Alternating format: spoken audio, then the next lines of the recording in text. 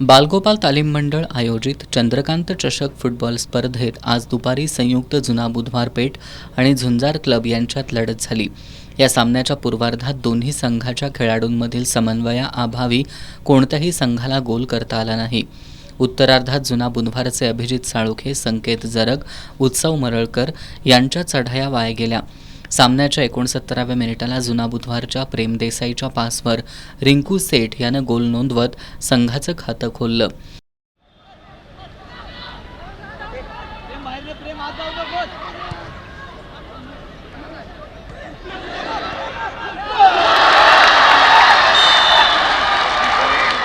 या गोलची परतफेड करण्यासाठी झुंजार क्लबकडून सुजित आर, श्रवण शिंदे, शाहू भोईटे, अक्षय शिंदे यांनी केलेले प्रयत्न जुना बुधवारचा गोलरक्षक शुभम घराळे याने निष्फळ ठरवले.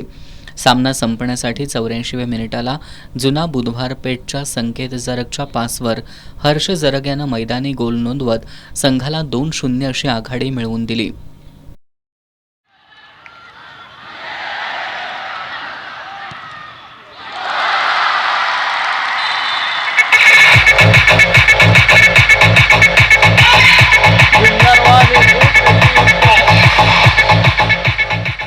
शेवटपर्यंत हीच आघाडी कायम राहिल्यानं जुना बुधवारपेठ संघानं हा सामना 2-0 अशा गोलफरकानं जिंकत पुढील फेरीत प्रवेश केला.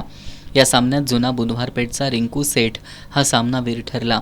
आज सकाळच्या सत्रात सम्राटनगर स्पोर्ट्स आणि पीटीएम ब यांच्यात लढत झाली. यामध्ये सम्राटनगरनं 5-4 अशा गोलफरकानं विजय मिळवला.